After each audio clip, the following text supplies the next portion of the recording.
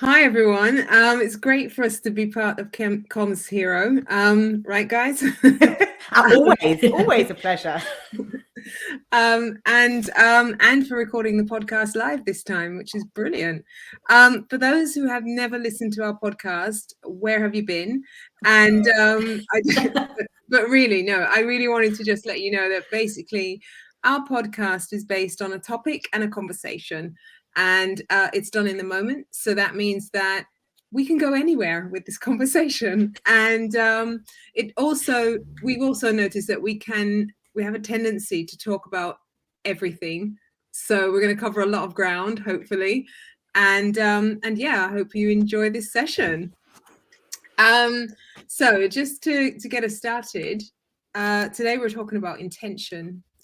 And the three of us normally talk about intention. This is something that comes up a lot in our podcasts, as we talk on our chats, when we do coaching with people. So being intentional and the whole thing about intention is something that we always mention. We can play a serious role in setting up what happens or doesn't happen in our lives just through our intention. Especially when we understand that you can either sit on the fence or you can be misdirected by intentions. So intentions is quite an important thing, but it's also a wide topic. So there are two aspects I was looking at when I was thinking about the whole thing. And one aspect was how you have to have the right intent if you are leading something. So if you're leading a project, if you're leading people, you have to have the right intention and how you're going to do that, because actually people understand or can pick up if you don't have the right intention. So if you have the wrong intention, it's very easy for people to see that. And the second part, which is probably what we're going to settle on, is being intentional as an individual and how your ideas become reality. And not dependent, this is all dependent on basically how committed you are. And that determines whether or not you meet your goals or not, and so on. So it's all connected to that. And I just thought, even though I feel as if I've just overcomplicated the topic even more, perhaps I'll just head to Jenni and ask her, what does she think about the whole thing? Thank you. Being intentional, I think it's such a big phrase. And when I was doing the keynote speaking session at the PRSA event earlier on this year, it was all about how to be intentional. That was the theme of their conference. And I talked about how you can go from panic to purpose. And I think probably the biggest thing for me when I think about being intentional is that you have to have purpose to do that. And when I was talking about it at that event, that was the one thing that stayed with me, is that without purpose, it's very difficult to be intentional, because you've got to kind of have that hooked back to something. So for me, they're quite interlinked. And I think it's very easy to have purpose and not be intentional, because you can not do very much, but you can't really be intentional without purpose. So it's just making sure you've got that alignment, I think, between those two things. Because for me, when I think about being intentional, that's completely linked with taking action. So I join those two things together wrongly. But if someone said, oh, you're being very intentional about that, that's because they're seeing action being taken linked to a purpose or something else. So to me, they're kind of linked. Yeah, I think you're absolutely right. I think it's linked to that, but it's also linked to clarity. And it's funny because when I Googled the whole thing about intention, Deepak Chopra came up and I was like, oh my gosh, that's really deep. I did not take any of his notes, but then at the same time, when I read what he had, it all went down a real deep rabbit hole, which was really weird. Advita, what do you reckon? No, I do think, and I can see why Deepak Chopra would have been one of the first hits on Google, because intention is quite meaningful. And I think we were just saying before we came on live that it can be a bit emotional, I think, and I completely agree with Jenni about it being attached to purpose. It has to be attached to purpose. Otherwise, you kind of just flop about. And we've all been there. I am like self-named queen of procrastination, and normally when I'm procrastinating and I'm trying to be intentional, I recognize that's because I don't have the purpose. Like, why am I doing what I'm doing? I feel like you're intentionally procrastinating then. I'm intentionally procrastinated. That's not purpose, to procrastinate. And it is. And we all do it, right? We all procrastinate, we all kind of faff about. There's different elements to that. It's to do with the fact that our imposter syndrome can play a big part in that. Our confidence is lacking a little bit. We don't know what direction we're going in. We're getting different bits of feedback. We now live in a society where everybody has a view and an opinion about everything almost. And we can lose our train of thought in what we're trying to achieve. And that's why purpose is so important. And you have to be quite clear, I think, when it comes to intention, is what is that purpose? What are the outcomes we're looking for? And what do you need to do in yourself to create and to take action, whatever you're doing, whether that's wanting to learn more about inclusion and diversity, whether that's delivering a campaign or a project, whether that's giving advice and support to a leader. There has to be intention and everything, but I completely agree with Jenni. There's purpose underlying all of this, purpose and values, and which is why we kind of harp on about that, don't we, in all our kind of sessions, that, understand what your purpose is and what your values are. Because if you don't know that yourself, you're going to struggle. You are going to struggle in articulating exactly what you want to achieve from whatever kind of challenge or problem that you're trying to solve in that moment in time, in terms of intention. Yeah, I also, when I think about purpose, and I know we just said that intention's quite a heavy topic as well, but purpose is such heavy topic for most people as well, isn't it? And one of the biggest comments I get when coaching is how much people are like, well, I don't know what that is. So the minute you say, so what is your purpose? I get perplexed looks of, I've never explored it, or how do I do that? So, one of the things I've done is actually taken the time to explore some of that for myself. And I know that we all have together. But what would you say to people if they needed to know how to approach that whole bit of looking at your purpose? I'm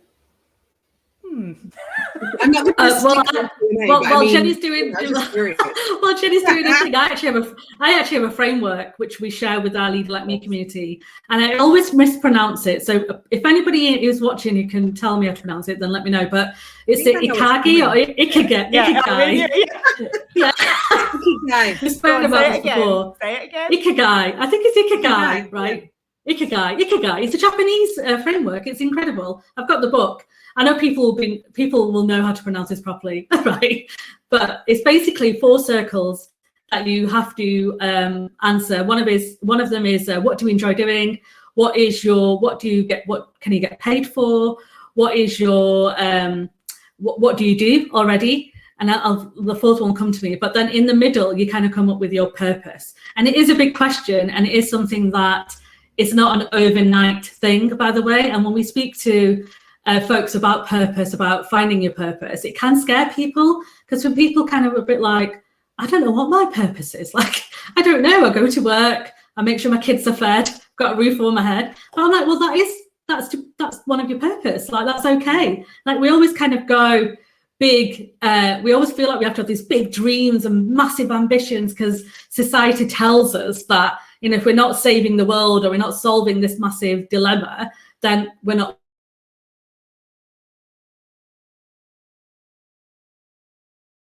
those kind of things. And it is about finding, what I always say is, what's your joy? Like, what brings you the greatest joy in that moment? And I'm not one of those folks that thinks you have to be like high-fiving every single day, but you've got to have an element of purpose to your day, right? Otherwise, like, what's the point of you doing what you're doing? Yeah, I think for me, a bit like your framework that I'm not going to try and pronounce, because I'll probably get it wrong. I also just called it your framework because it's now become yours. But for me, I tend to break it down, and because my coach has done this with me, it's something I do with people that I coach. So in terms of that intentional piece linking to purpose, I break it down into kind of work, health, maybe kind of family, legacy is sometimes in there. So depending on what your buckets of your life are to some degree, what are those different areas, and then what are the things that you want to achieve in those? So from a health perspective, it might be that you've got a certain goal you want to hit. Mine was that I wanted to do a handstand press up. this year.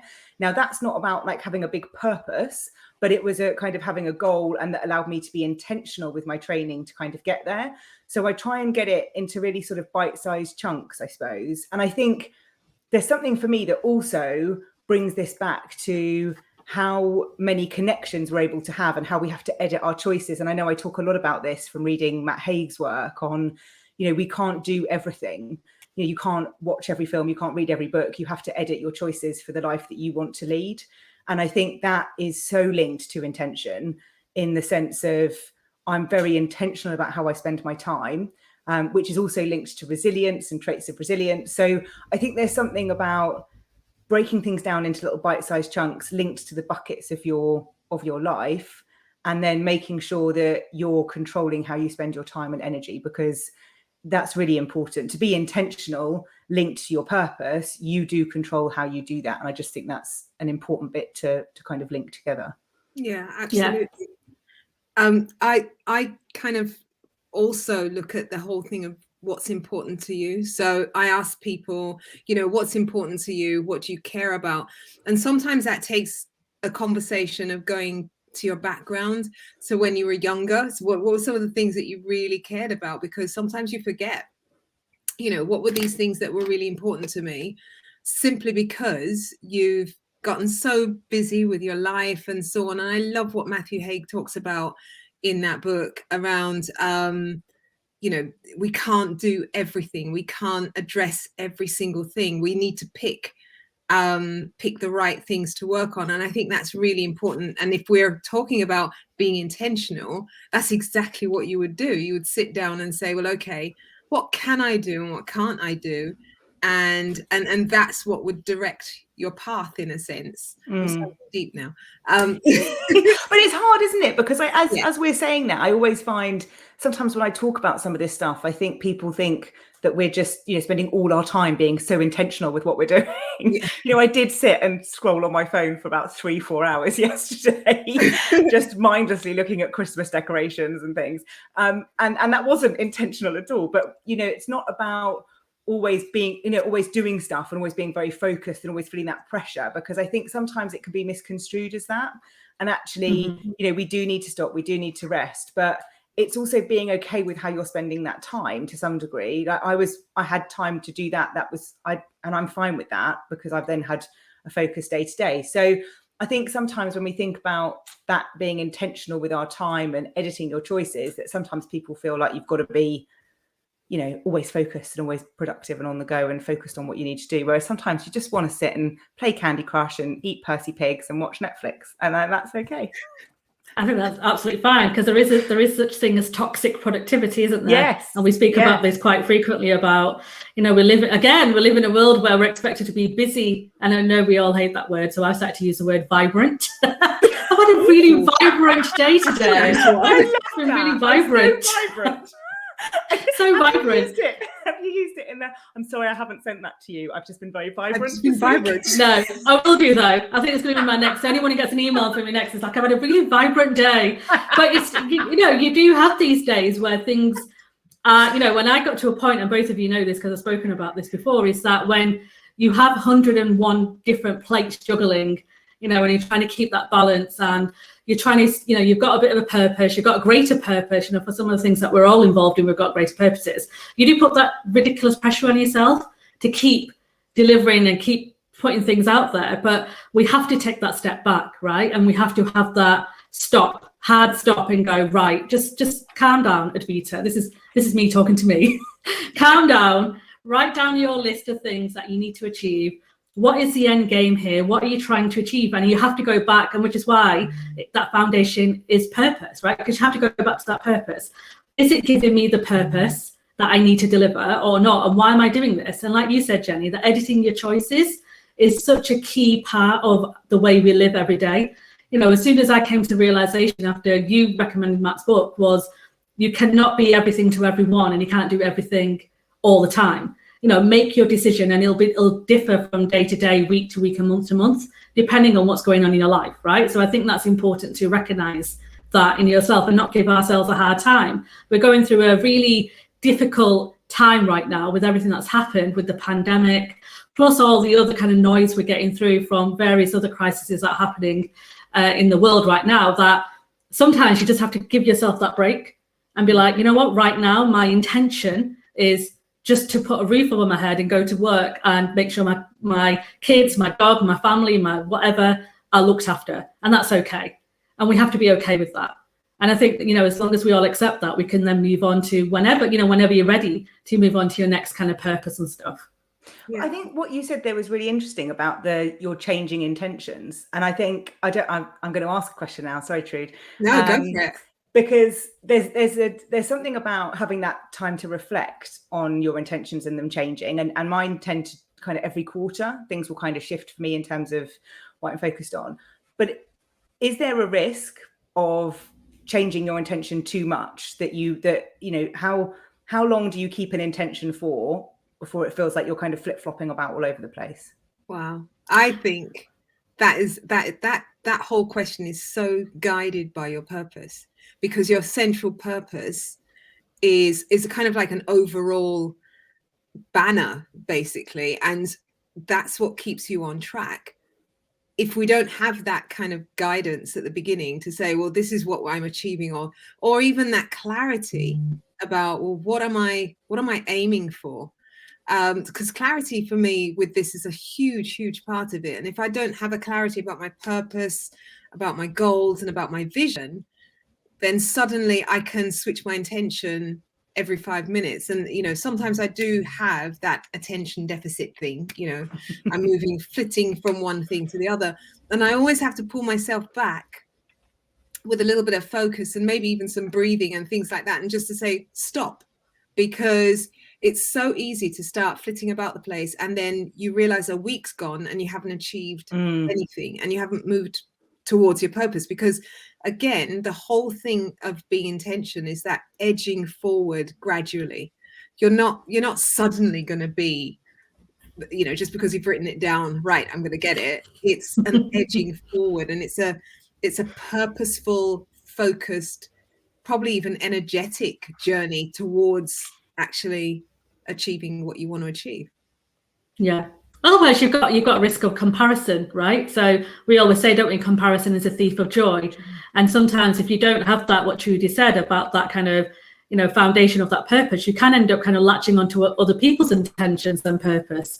And that's when comparison plays a big part. And I think that's what, you know, once you kind of understood what that kind of purpose is that you're trying to achieve, comparison kind of slips away a little bit, because we are in a world where we are comparing against each other. You know, every day you go on to kind of Instagram or, you know, even Twitter or Facebook or something like that, you're kind of going, oh my goodness, should I have been doing that? Should I have been a commsHERO? Of course, you should have been. But, you know, sometimes you have to make that decision. Actually, is it for me or is it not for me? Is it going to help me achieve my purpose, or do I need to focus on something else right now? Because if you need to focus on something else right now, that's okay. Just because everyone else is doing it doesn't necessarily mean you have to do that. And you have to get comfortable. You have to get comfortable with being uncomfortable. That's my kind of big motto. I'm on full of mottos today. I know, haven't you? On my screen. They're coming out thick and fast. Which brings us pretty much to tips, to be honest. I'll let Advita keep going. Wow, thanks. Yeah, so many. Oh my God, there's I know, no pressure at all. And thank you to Andrea, by the way, who has clearly phonetically spelt out how to spell say ikigagi. That's how you say it, ikigagi. And that's what I'm going to say. That's my top tip, actually. So check out Ikigagi. And she has actually written, again, done my job for me, where I should be a bit more prepped, the 4 things that you need to be aware of when you're doing your purpose. So check out that framework if you haven't done so already. Did you just hire Andrea to just I did. Be here for you? Thanks, Andrea. Thank you for doing the research. Appreciate it. But I do think, Andrea, we'll send you some chocolate. We've got some. We will. So we'll send you some. We will. Yes, DM us your address. We'll send you a little prize. Thank you for that. Yeah. But yeah, start with that. I would say number 1 tip is take some time, don't rush yourself, but get that purpose framework up there and start writing down those things, because it does make a difference. The second thing I want to say is values. And we have kind of hinted about values today, but honestly, the values thing plays a big part as well in terms of intention, because that makes you decide whether you want to take part in that or not, and whether it aligns with your values or not. So I would recommend that you do your values exercise or activity. And Jackie Lefevre, I think that's how you say her name, she does a great values exercise online, which we'll share the links for as well if anybody just wants to kind of do an automated thing, which is brilliant. And my third one is, don't just, like I said before while we were chatting, is don't be too hard on yourselves. Your intentions, will differ. Like Jenny, I do 90-day plans. Depending on seasons, because I'm a bit like that. So I'm very different in different seasons. So summer, I'm a bit more sprightly. Autumn and winter, I start kind of doing different, working on different intentions that will help me, because I'm self-aware to know where my kind of benefit, where I'm good some days, and where I need to be a bit better. And I'll kind of take down my innovation side a little bit throughout winter, because I need to focus on my business at that point. So I'll do a little bit different things at that time. So my planning is very different, and be intentional with your plans, and have your weekly goals set out as well. And one practical thing that I do every day is, and this is Jenny's top tip, was one big thing and 3 little things on my post-it that I need to achieve in that day. And as long as I do those 3 things, then I feel much better about my day. And those are my kind of practical top tips. Great. Jenny? So all of what Advita said, obviously, and the post-it notes is a good one. I think for me, there's a bit about being realistic with being intentional. And I think sometimes we can have the best intentions by trying to think we can overachieve things. But I think we have to come back to, what can I realistically do? Because if you do break them down into sort of work, health, family, legacy, if you want that one as well, then if you had 3 things, or, kind of 3 intentions in there, that's still quite a lot of then actions that kind of link to those. So I think it's just being a bit realistic and not over putting that pressure on yourself, and then you under deliver, and then you're in a bit of a shame spiral. Oh, there's Brene. Took us a while to get there. There she is, her little shame spiral. Brene Brown. Oh, we're her #1 fans. But that's what will happen. So being realistic with your intention.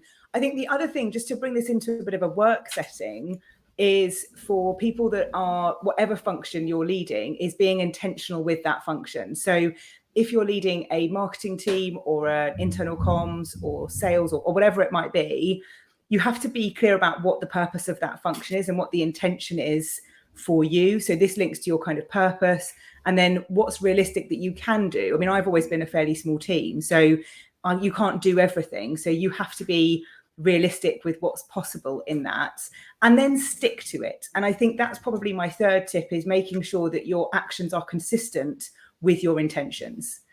So if you want to, for example, if we go to a work setting, and if you're saying, we're not going to be making people's PowerPoints look pretty, that's not the purpose of our function, then your intention is to make sure that everybody knows that, and your action is then that you don't do that, and you consistently don't do that, because the minute you let that go once, you've allowed that to be okay forevermore. So it's kind of joining all those different dots together, and so those would be my 3. Great. Those are all fantastic. I agree with them 100%. Mine, really all of them are tied up for me in the word clarity. So I've said clarity a lot for the past 35 minutes, but I can't emphasize the whole thing about being clear enough, because if you one tip is to take the time to figure out what it is that you want to do. That's the only way you're going to set a goal that you can measure, a goal that you can actually then achieve. And so I think there's a whole piece around doing some brainstorming around, what am I really talking about? When I say I want to hit that goal, when I say my purpose is to change the world, what does that look like? That's mine, and I don't know. Yeah. So it's kind of like, I want to change the world. What does that really look like? And bringing out the clarity. And I think what I've appreciated, especially with having friends like Advita and Jenni, is actually how we've bounced off each other, and we've actually enabled each other to help us to reach that clarity. So when we have our comms retreats, we get together, and that's exactly what we do, kind of I'll say something, and then, you know, from the input from both of them helps me to get to a place of clarity. And from that clarity, I can be very, very focused on time, what I expend my energy to, and how I will build that intention. So it's a progressive thing. And I think that's exactly how we need to look at it. So it's look at it as progression. I love what Advita said about, you know, don't beat yourself up if you don't get it all done. And that's really, really important, I think. I think it's that bit about that journey, isn't it? It's we talked on our podcast episode that came out on Friday about motivation, and we talked about the fact that it's not a case of when I get there this will happen. It's enjoying that moment of that journey, but it's being intentional every day.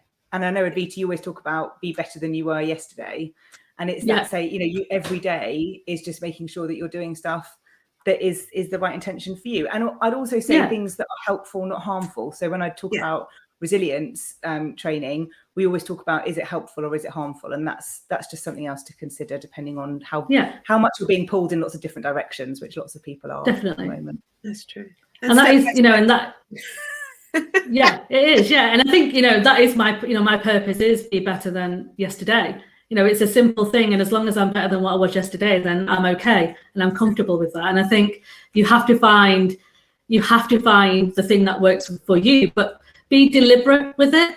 You know, and I think that's the key thing. And, you know, to Trudy's point about clarity and making sure that you've got your goals, and all three of us are very kind of goal orientated. You know, otherwise, I know what I am like. If I don't do a goal and I'm not deliberate, I will be the procrastination queen. Like you both know, and I've spoken about this publicly before, like I will stand looking at my neighbour's wheelie bin, wondering why he hasn't taken his wheelie bin in for like 20 minutes. Like that is not adding any value. That is not adding any value to my day. But you do end up doing silly things like that when you don't have like your goals written down and you're not intentionally, not deliberate. It's amazing what you get sucked into. Have you? Oh my God, honestly. I feel like you're the person that would stick a note on it. Yeah, I know. I know. Well, no, I am definitely the person who would just like rage and rant about it and then be really nice, like, hi, you okay? And, you know, dodge past the wheelie bin, like cursing myself internally. I am that confrontation like sometimes can be. He's much better. If my neighbour ever watches this, you are much better with your breathing. But it's amazing, the distraction. The point of the wheelie bin gate is that it can distract you, right? And if you're not deliberate with your actions and you're not setting your goals, then you will end up doing what I used to do. I am much better looking out the window and staring at the wheelie bin, which is just not ideal at all. What a note to end on before questions. Exactly, I know. Carly, come back. We'll ask us some questions. Anyway, I think we're going to be doing some questions soon. If anybody's got any questions. I don't know. There are some in there, but I know Carly was going to come back in. Oh, there she is. I'm here. Hello. Hello. Now I'm going to pretend that I'm one of you because I'm a fangirl. There's no denying it. That was great. Thank you so much. I did the Ikigai, or the other pronunciation of it, and that was actually the thing that tipped me over into leaving my job and pursuing comms. Amazing. Because all four of my answers were comms. I haven't drilled down a little bit further yet, but so I definitely recommend that people look that up and have a go because it is really, really helpful. So we do have a couple of questions in the chat. I do just want to ask you something that's come to mind. So you talk a lot about goals and intentions. Do you think because I think in some ways they can be the same thing. So like, where do you think the difference is? And do you think as well that intentions and intentionality is just a glorified way of talking about having a to-do list? Ooh. So the second one, no. Intentions for me is not a glorified to-do list, but I do think intentions and goals are very similar. For me, the girls might disagree, but if I said about my intention was to do a handstand press up this year, that's a goal. You know, and so therefore all of my actions this year have been to get me to that point. So my to-do list supports that, but your intention kind of sits above it for me. But I would say it's similar to goals. I don't know what you ladies think. I'd say it's similar. But I would also say that intention is also, whereas a goal is a standard thing set, you know, kind of like I'm going to do X. The intention for me also feels a little bit like it's step by step. Yeah. So my intention, so you can break that down. And I don't think it is a glorified to-do list at all. I think you have to have, you know, because if a good example for me is I will have a to-do list that I never look at again. So I'll sit down and write it down. But if I set an intention about something, I actually look at it very differently. Yeah, I agree both. I do think intention, for me, it is different from goals, because goals, like Trudy said, has a bit of an end point. You know, it's my goal and it's goal to get that and that's done. Intention is a bit more an overarching umbrella view for me. In terms of getting there, but it's very similar in terms of that. But I'll have my goals. My goals will lead me to my intention, and that's the way I kind of look at it in terms of that. But yeah, it's definitely not a glorified to-do list, because I've got a glorified to-do list on my desk right now. As much as and there's no intentions on that. I just have to get it done on that. Yeah. That's great. So I've got a couple of questions. So Carrie Ann Wade asks for some tips on balancing your own intentions with other people's expectations. So, oh, good question, Carrie Ann. I love that. Boundaries. I would say boundaries. Like, honestly, as soon as you need to put your boundaries in place when it comes to things like that, because otherwise other people's boundaries will be your intention, if that makes sense. So we talk about, you know, we talk, for a very like practical example is we talk about ASAP, right? I need that ASAP. Like, I know it's Jenni's book, but I won't get Jenni on this pedestal because it's a massive bugbear of hers. But is that yeah, I know. You know, when someone says, "Can you get this to me ASAP?" It's like, what's ASAP? Because my ASAP and your ASAP is very different things, and it is putting those boundaries in place. So what might be acceptable to them may not be acceptable to you, and you being very clear on that. What does that look like for you? And putting that in place, because it is really easy to kind of get sucked into other people's goals and intentions, and you do have to be quite clear with the focus that you have for yourself, which is why it's important that you've got your kind of, where is this taking me? What is my journey? How am I going to get there? And if that support and that collaboration helps you get there, then great. If it doesn't, then as much as, you know, and this is coming from someone who's a magpie and has great FOMO like me, you do have to kind of say, sorry, not right now. It's not the right time for me, or it's not the right thing for me. And it is uncomfortable to push back on those kind of things, but you do have to do that. That's my. Everyone's frozen. I don't. I'd also say that. So it's really interesting, the question. So the question was, would love some tips on balancing your own intentions with others' expectations. So there's a thing for me about whose expectations, because we don't listen to people in the cheap seats. So if it's in a work setting, which is kind of what we focused on there, around people expecting you to do things, and Advita's, you know, spot on. We do talk a lot about ASAP and things like that. And we've got a podcast episode, I think, from season 2, where we talk about boundaries. So that's worth a listen. But there's also something about whose expectations they are, and whether they are worth listening to, and how you get that alignment, whether that's personal or professional. Because that's something to just really consider, because sometimes we can think people have got unrealistic expectations of us in our family or away from work. So that can be quite difficult, and that can be unfair. So therefore it is doing that alignment piece. But if it's at work, there's lots of things that you can do, like Advita said, but also just being very clear about, if someone's asked you to do something and it's going to have a knock-on effect, then just say, I can't do that, or I can do that, but it means I can't do this. Are you comfortable with that implication? And that's probably the easiest way to manage it. But I would just be mindful of who you're listening to. And I would just kind of mirror that and just talk about how there's an element of balance that you need. So you've got boundaries and balance, and sometimes, and this is where your values become quite important, because your values help you to say, well, what's really important to me at this moment? I can't actually expend all of my time. So a little slightly selfish, kind of saying, well, I can't expend all my time doing this particular thing. However, depending on who it is and depending on what it is, it's tabling time to actually get it done. You know, there's that matrix that we have that talks about productivity and what's important and what's urgent and so on. And that's a really great way of figuring out, you know what, it is important, and it's important that I be seen to be delivering things for people. However, on this occasion, I will park it in it's important, but it's not urgent. My thing at the moment is urgent. And once you begin to understand it, sometimes it takes time to get to the place where you've got that going, but it really is a situation where you have to look at it from that perspective, or else you end up doing, you know, you'll be overwhelmed with too many things to do, really.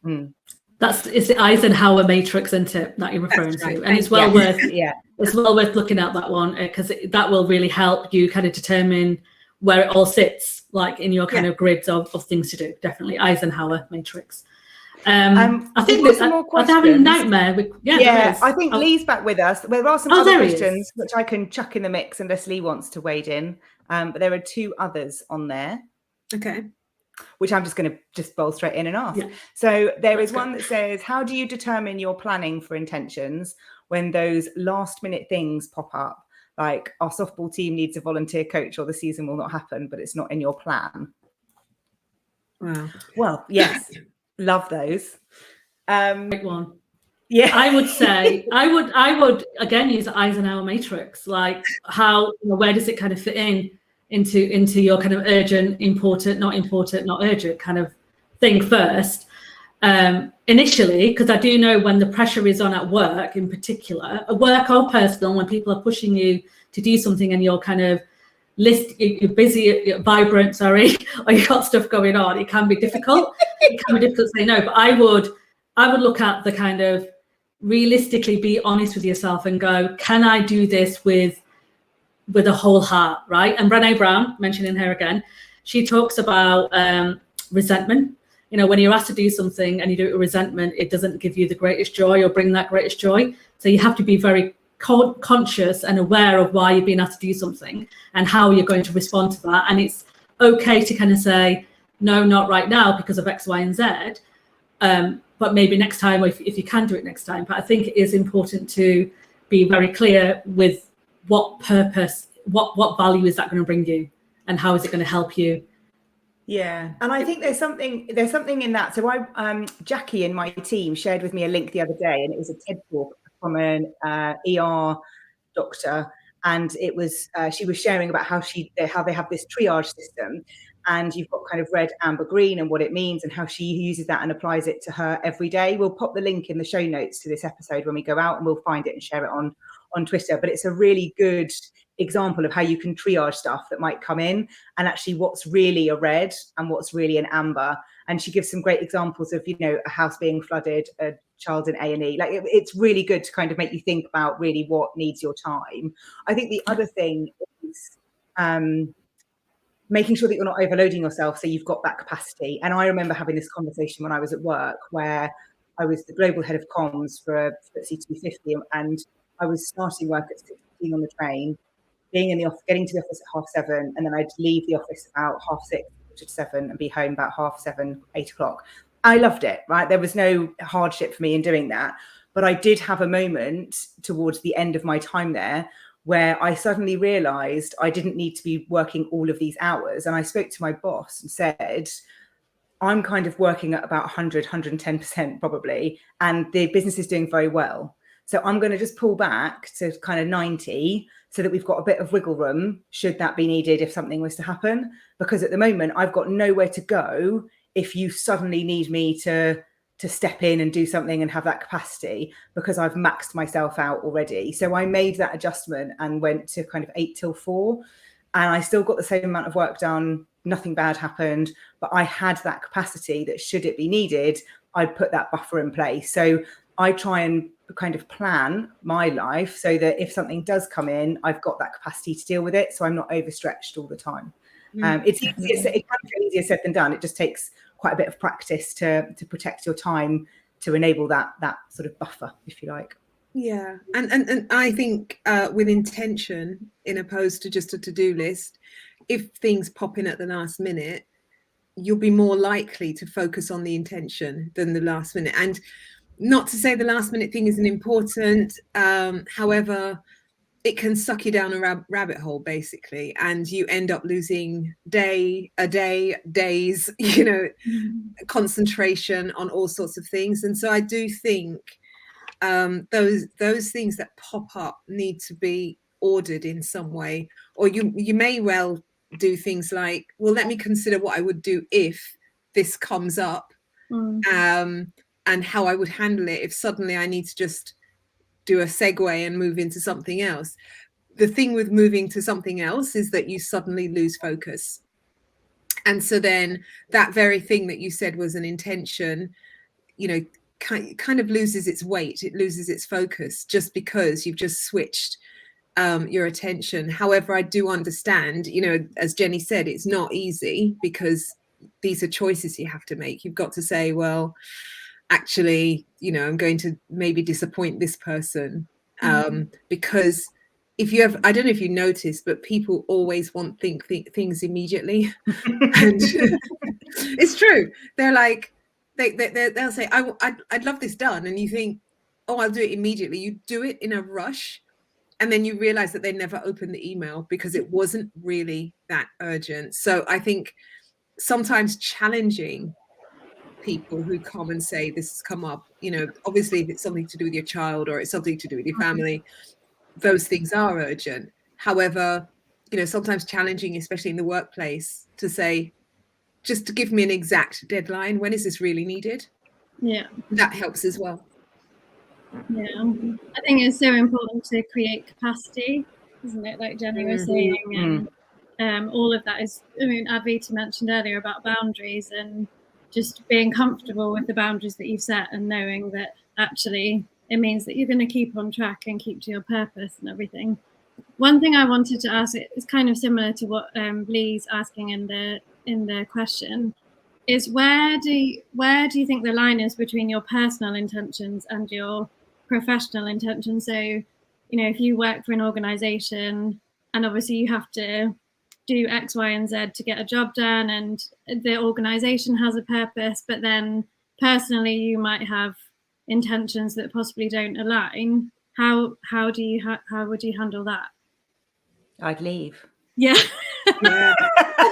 The answer, but yeah, and I've talked about this before, where, and it's it's an easy answer to kind of flippantly say, but it's, you know, one of the reasons I have left, you know, roles in the past is because there wasn't that alignment. Yeah. And I think I also do feel that with the pandemic there is a shift now that we don't necessarily have this kind of work and home. You know, it is one, and I think when you start to look at it a bit more like that, you can start to see how, if this is your, you know, to Advita's point about your values and Trudy's around your purpose, if you look at that as all one for you, then where is the right place for you to work and what's the right thing for you to be doing that's aligned to all of those things, and looking at everything as one rather than separate buckets would probably be the thing for me. Yeah. I think, I think Dan's question specifically is around professional purpose. So he's saying, you know, how do you set your professional purpose in terms of your job roles within your organization, helps stakeholders work smarter with you. And on that note, Dan, I would say it's important that you build that relationship with them and get them to work in collaboration with you. And I know it's easier said than done, and you think it's an obvious answer, but it's amazing, and it amazes me still to this day how many times we make assumptions about certain things without being very clear with the questions that we're asking them. So we can sometimes either listen to other folks' interpretation of that individual and make assumptions based on those kind of gossips and information that we've heard from other sources, that cannot help us build the best relationship with those leaders. And the second thing we can do is use our own knowledge and information and, you know, things that we've learned ourselves, which is a good thing, but we can sometimes put it on that individual and make assumptions about what they need from us. So my top tip on that in terms of professional purpose is to sit down with those leaders and stakeholders and be like, what help do you need from me? And this is how I can help you. And I think being very clear with that intention will help you kind of set your professional purpose, because you do have to have a balance, right? You are working for that organization to deliver against their goals and objectives. I mean, it's great that, it's great to have your own mind and do your own thing. I get that, but you're there to do a job ultimately. So the best way to kind of do that job is open up that kind of gateway, have those honest and open conversations, and be frank with some of the challenges that you might be being asked to do, some of the things that you must be having to do, and challenge back if it doesn't fit in with what Jenni said earlier about your team dynamics. How many of us, and I'm sure people listening today, have been asked to do things that are above and beyond the resources of that team. And as internal communicators and communicators in general, we can often either accept it and do the late, long hours and work weekends and really stretch ourselves too thin without actually looking at the business case of, right, how do I pitch for more funding in this way? So obviously this is what they're asking me to do. So how do I pitch for more funding, and what do I need to get sponsors on board to give me for more funding to do this? Or how do I challenge back and put my boundaries in place to tell them that this is not a task that I can do right now because of X, Y, and Z. And if you want me to do this, then I need to stop doing this, this, and this. You tell me what your priorities are in that. And I think that's what your decisions you have to make at the time. Otherwise, you will burn out, and burnout is real at the moment, and you do have to take care of yourselves. Definitely. I'd also think about your personal brand as well, just to, I know we're going to run out of time, and I'm sure Trudy's got something to add. But I think it's about your personal brand, that professional kind of purpose of managing your stakeholders. It's and again, we've talked about this in season 1, but it's making sure that you're kind of considering what that is, and how, because Advita's right, how you show up and all of those things is down to you and the relationships that you want to have at work. But so much of that comes down to what your brand is, what you're known for, and how you show up every day. And that's a big part of it. And you can change that. I won't go into it now, but I did have someone years ago say to me, you'll never get here or you'll never get there because of this, that, and the other. Yeah. And I, took that as a challenge, and then did, change some perceptions and worked hard on that. So that's always up for grabs for a bit of a discussion. Yeah. So don't ever feel like you're stuck if you're kind of in one place. There's always ways around it. Yeah, that's really good.